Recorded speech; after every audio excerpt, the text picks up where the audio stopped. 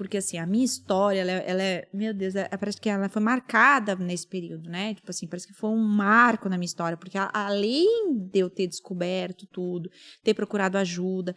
Era bipolaridade, Era bipolaridade. Né? E fui simultaneamente aconteceu que eu me batizei. Então, assim, me batizei sendo esposa de pastor, sendo a nora do pastor principal da igreja, então vocês pensam que era uma situação bem delicada, né? Então, assim, nesse processo, o que eu percebi olhando para tudo para trás, eu vou voltar ali um pouquinho, mas eu olho para trás e eu percebo que a Bíblia, ela é verdade, né? Ela fala que Deus, ele dá um escape. A Bíblia promete que Deus vai dar um escape a partir do momento em que você não suporta mais essa demanda sobre você. Então, não existe esse negócio de que o que eu estou vivendo é insuportável, porque Deus, ele sustenta isso. Uhum. E quando a gente entende o porquê a gente está passando, nem entender racionalmente, mas quando a gente aceita que muitas dessas coisas fazem parte do processo de Deus na nossa vida, isso se torna bênção na sua vida e na vida das pessoas. Uhum. Foi muito interessante, porque, por exemplo, né, eu casei,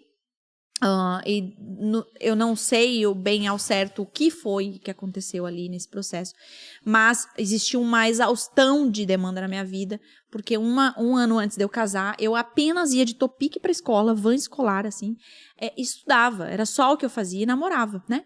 Então não tinha mais nada para fazer. No outro ano eu comecei a trabalhar, primeira vez, comecei no primeiro ano da faculdade, tirei minha carteira de motorista, casei, 5 meses depois estava grávida. Então, eu meio uma que mudança. Surtei, entendeu? Uhum. Eu virei de uma adolescente, eu virei uma mãe que trabalhava fora, fazia faculdade à noite, integral, era uma coisa, e tinha que tirar a carteira de motorista, tinha que dirigir, e assim, não tinha dinheiro, porque, né, início do nosso casamento. O Lipão, meu marido, ele casado naquele dia, eu não. Eu, quando vim pra dentro do casamento, eu pensei, agora, né, vou viver uma fase super legal da minha vida. E me vi nessa situação de uma exaustão. E eu acho que isso já mexeu com outras coisas dentro de mim. Bom, resultado da ópera, fiquei durante 4 anos da minha vida lidando com problemas emocionais. Então, assim, sintomas desse período, né? Eu era extremamente irada, violenta, então eu era violenta nas palavras, eu era violenta nas ações. Então, tudo começou com ofensas verbais, né? Então, de idiota era o mais fraquinho, né, gente? Que a gente vai aumentando. Conforme ia passando o tempo, era um empurrão que eu dava nele. Ele falava, Lari, não precisa disso, né? Ele ia segurando, não precisa disso, eu tô aqui. Ele também, um menino, não sabia muito bem lidar com isso, né? Então, ele tinha várias reações, assim, nunca violento, o Lipão nunca foi assim, mas ele sempre, tipo assim, eu vou te dar o teu tempo. Eu não queria meu tempo, eu precisava de ajuda, né? Ele foi testando várias coisas nesse processo, e eu fui machucando muito ele, marcando muito ele com isso tudo. Eu tinha um bebê pequeno, então passei, enfim, gente. É uma questão até hormonal, né? Mexe com tudo, né? Estrutura física. Foi muito difícil. Eu fiz minha mala para ir embora milhões de vezes. Só que assim, o que levou tudo isso? Eu comecei o tratamento, foi quando chegou no ápice, foi uns 3 anos depois. Demorei para buscar, ajuda, né? Mas chegou num ápice e meu pai e minha mãe não sabia de nada disso. Quem só sabia era o meu sogro, porque meu sogro é pastor. E veja que também estava no primeiro ano do ministério. O primeiro ano de casamento foi o primeiro ano do ministério. Então, assim... Do Lipão. Nossa, como onda dura. Tá. E aí, o que aconteceu? O Lipão, ele ia para a igreja pregar e, assim, com os braços machucados, arranhado, roxo. Então, às vezes, calor, ele botava... Manga comprida, gola. Casaco, gola, porque ele precisava esconder isso. Mas ele falava, Lari, eu preciso ir. Eu preciso ir pregar, eu tenho uma igreja para cuidar, quando eu voltar eu cuido de você e a gente vai equilibrando dessa forma. E isso para mim, eu fazia minha mala, isso era um absurdo para mim, né? Então, assim, como ele não... Tudo fruto de maturidade, né? Ele extremamente atencioso, mas ele precisava viver, tocar o ministério, né? Enfim. Uhum. E eu lembro que eu falava, você vai, quando você voltar, eu não vou estar mais aqui, aquela coisa toda, né? Fazia minha mala, pedia divórcio e tal. Meu sogro, quando chegava o ápice da violência mesmo, meu sogro era chamado. Eu lembro várias vezes que eu cheguei na frente do meu sogro, eu falava assim, tira o demônio que tem em mim. Eu tenho certeza que eu tô possuída por demônios, porque não é o que eu quero fazer. Eu falava pra ele assim, eu não quero fazer isso. Eu acordo bem ensaiada, pensando, hoje de manhã vai ser muito legal, eu amo estar junto com ele, porque eu amava estar junto com ele, né, a gente vai tomar um café. Alguma coisa na minha chave virava, tudo mudava. Tudo mudava e ele pensava, meu Deus, Lari, calma, Lari, tu sabe onde chega isso? E eu não quero nem saber. E aí o meu sogro falava, Lari, você não está possuída. Fica tranquila, você não está. Você precisa mudar seu caráter.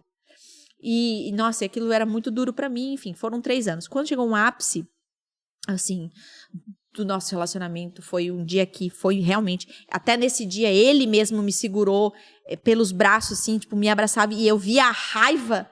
que ele já estava super saturado, 3 anos lidando com isso, sem saber como ele ia chegar em casa. No final ele já falava, tá, Lari, se tu quer ir embora, faz o que tu quer, né, enfim, eu não vou sair do casamento, mas se você quiser sair, a porta tá aberta, eu não sei mais o que fazer. E aí, nesse dia, ele me segurou, assim, com tudo, e ele me pressionando, e eu falava, me solta, você tá me machucando, E ele me soltou e falou assim, ó, eu vou te soltar, porque eu não sei o que eu sou capaz de fazer. E ele me soltou, ele falou assim, é o seguinte, nós vamos resolver isso de outra forma. Pegou o celular, começou a ligar pro meu pai, e aquilo pra mim era o fim, né? Não, meu pai não pode saber disso. Meu pai acha que eu sou perfeita, meu pai acha que eu sou maravilhosa, eu sou a filha mais nova, ele não pode saber. Ele falou, eu não tô nem aí o que teu pai acha de ti. E ligou e falou assim, eu quero que vocês venham aqui em casa. Quando ele chegou lá, eu tava toda machucada, assim, de eu mesma me machucar, eu já tava num ápice, assim, enfim, de bater com a cabeça na parede, de essas coisas, assim, né? Vivia machucado, vivia com sangue na testa, era horrível. Enfim, e aí... o meu pai falou assim, gente, pelo amor de Deus, eu já tinha tido o 2º filho, né, a gente sempre tentando consertar as coisas, assim, a minha mãe pegou os 2 bebês, levou embora, assim, e aí meu pai ficou ali com a gente e falou assim, eu estive com vocês quando vocês casaram, e eu estou com vocês nesse dia que vocês querem, então, divorciar. Eu não sei o que está acontecendo, não sei quanto tempo, mas definitivamente vocês não podem ficar juntos. E eu falei assim, não, fechou, então é isso que eu quero. O Felipe falou, graças a Deus, é isso também que a gente precisa, não tem mais condições, a Larissa precisa ser tratada, a Larissa precisa de ajuda, não sou eu que vou ajudar ela. E quando meu pai virou as costas, meu pai mandou fazer uma lista, ele falou assim, antes de você ir embora, faz uma lista de 10 coisas que você admira nele e 10 coisas que você gostaria de solucionar na história de vocês, se vocês pudessem ter mais tempo. Eu sei que é o último dia, mas para cada um levar embora algo para melhorar no próximo vida, enfim, né? Na próxima vida. Agora, a partir desse novo momento, né? E aí, eu lembro que a gente fez a lista, assim, e ele começou a falar 10 coisas que ele me honrava. E eu não sabia que ele via isso em mim, e eu achei 10 coisas que eu nunca falei para ele. Enfim, a gente foi conversando, aquela lista rodando ali, e eu arrumando minhas coisas, e eu falei para ele, eu não quero ir embora. Você me aceita de novo, né? E ele falou assim, Lari, eu casei, você não casou. Eu acho que você está casando agora. Se você quer ficar, tem condições para você ficar. E a condição é você procurar uma ajuda psicológica. Eu não tenho como te ajudar. E eu lembro que eu falei assim, se essa é a condição, eu vou ficar. Porque agora eu fazia qualquer coisa. Porque eu amava ele, mas eu não estava bem. E aí eu procurei ajuda, fiquei 1 ano e meio de tratamento com a psicóloga. Bem nesse processo, eu tive uma experiência com Deus muito forte. Tava tomando medicação também? Não, ainda não. Eu estava no processo da terapia ali, da psicoterapia, né? E ele falou... E aí teve uma reunião... E imagina, gente, eu cuidava de mulheres. Eu era a neta... nora do pastor, a esposa do pastor da igreja. Era uma situação muito delicada. A igreja não gostava mais de mim, né? Porque, enfim, não me via mais envolvida com a igreja. Me via muito pouco e no que me via era extremamente agressiva. Enfim, e tem pessoas, amigas minhas, que até hoje estão por aqui e falam, Lari, você é outra coisa. É outra pessoa. A gente tinha medo de você, né? E aí, nesse processo, eu lembro que uma vez teve uma reunião de pastores, assim... E eu tava junto, eu cuidava de mulheres, né? E... Coitada delas, meu Deus. Misericórdia. E aí o Lipão falou assim, gente, eu vou incluir... A gente faz apostila aqui, né? Com o discipulado. E ele falou, eu vou incluir uma lição nova que é sobre o novo nascimento. Mas, assim, eu não vou ministrar vocês, mas eu vou dar uma passada aqui na apostila, caso vocês tenham alguma dúvida, alguma coisa, um posicionamento nosso, a gente já tira dúvida aqui para vocês passarem adiante. Ele começou a falar que esse que, né, nasceu de novo, velho, fica para trás, esse que tudo é novo, novas atitudes. Ele foi explicando, nova vida, não existe, se não existe diferença entre você antes e depois de Jesus, nada mudou, então Jesus não foi suficiente, ele não existiu, ele não houve uma conversão. Então, e eu ouvindo tudo aquilo, eu falei, gente, talvez é isso. Talvez isso faz parte de tudo que vai acontecer na minha vida. E foi um último suspiro, assim, né? Que eu falei assim, eu vou tentar isso aí. Porque não é possível. Vou tentar esse negócio aí de novo nascimento. De Bíblia. Porque assim, a vida inteira eu fui da igreja. Então, assim, nunca sei. Não sei em que momento isso aconteceu. Se aconteceu, eu fui levando a vida, né? E eu lembro que eu falei assim, eu levantei a mão morrendo da vergonha, né? Entre os pastores, levantei a mão e falei assim, gente, eu quero me batizar. E aí todo mundo ficou me olhando, tipo assim, o que vamos fazer agora com essa menina, né? E eu lembro que teve um dos pastores que a gente tinha até um pouco mais de briga, assim, né? Porque, enfim, meu jeito e tal, e o jeito dele também não era muito fácil. E ele virou pra mim e falou assim, eu sabia que você não era convertida. Falou assim, ele tava só esperando a deixa. Eu só tava esperando o momento. E aí, a partir daquele momento, foi muito... O Lipão falou assim, Lari, não, vamos conversar isso em casa, eu te batizo em casa, né? Pra você não ter esse constrangimento. Eu falei, não. Vamos fazer isso direito. Eu quero na frente da igreja toda. Né? E aí, teve o dia do batismo lá, que foi a igreja toda, aquela coisa toda, a igreja do meu sogro, né? E uma igreja maravilhosa e tal. E aí, os pastores... E aí... acharam que tu ia batizar. Eu com a batinha, assim, né? Com a batinha junto com todo mundo. Aí teve um pastor que falou assim... Larissa, deu um grito e fez assim com a mãozinha, né? Vem pra cá, quem vai batizar o pessoal tem que vir pra cá. Eu fiquei olhando e falei, putz, cara... chamou atenção pra mim, né? Aí foi aquilo e tal. E a minha vida foi totalmente transformada. Então foi um processo entre conversão, a minha psicóloga, a psicoterapia ali. E aí, logo em seguida, eu ganhei alta, 1 ano e meio de psicoterapia. Eu fui por conta própria com a psiquiatra. A minha psiquiatra entrou em contato com a psicóloga, aquela coisa toda. E aí a psiquiatra entrou, né, chegou a um diagnóstico depois de um mês quase conversando, que existia um traço de bipolaridade, tomei medicação, eis que tudo se fez novo, né? Então, assim, foi completamente diferente. A minha maternidade foi restaurada, a visão que meus filhos tinham sobre mim foi restaurada, meu casamento foi extremamente restaurado, a minha visão sobre a igreja foi restaurada, eu amo pessoas, eu sirvo a Jesus. Então, assim, foi completamente diferente, porque existe um pacote de conversão, minha indignação de querer ser diferente, de querer mudar. A psicóloga, a Lari é bem um caso, assim, bem pontual disso, né? Do quanto a gente necessita de uma série de ações. Não é uma coisa, às vezes, só que vai resolver.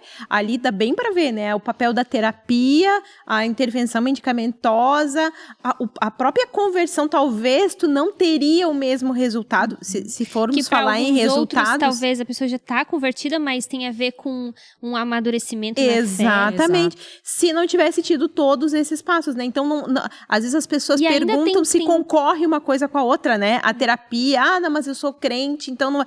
É porque tem lugares para as duas coisas, né? E ainda tem mais coisas também. A gente é um ser integral, né? Eu vivi um tempo que eu tava me sentindo, assim, muito desanimada, não tinha vontade de conversar com as pessoas, muito fraca, queria me isolar, tal. Comecei a ficar preocupada, será que tá começando a acontecer alguma coisa, né? No que se refere à minha espiritualidade, à minha vida emocional. E aí eu descobri que eu tinha anemia, né? Olha. Fiz uma bateria de exames e é isso, né? A falta de ferro no corpo deixa a gente realmente, né? Sem força. Tu não tem força nem física, então quanto mais disposição de estar com as pessoas, né? Então é bem importante essa visão, assim, porque às vezes ou a gente espiritualiza tudo, né? E aí esquece que a alimentação, o sono, profissionais são importantes. E Deus está nisso também, né? É porque foi bem o que tu falou, né? Quando tu explicou ali a questão da graça comum. Talvez as pessoas não saibam o que isso significa, mas a graça comum é a graça que Deus dá a todos os homens. Então, a ciência, o conhecimento, a medicação, ela é uma... A gente precisa entender isso como graça de Deus, não como, é fruto dos homens, então eu sou crente e eu só me trato com coisas espirituais. Mas, e vou dizer pra vocês, tá? Depois de tudo isso ainda, eu tomei medicação 4 anos. Durante ali os 2, até os 3 primeiros anos ali, eu brigava com Deus o tempo todo. Eu fazia, tipo, sabe aquele negócio de molhar a pedra lá? Como é que é? Molha o algodão. Eu fazia teste com Deus. Eu falava, Deus, eu não sou doente. Eu declaro que eu não sou doente. Eu decreto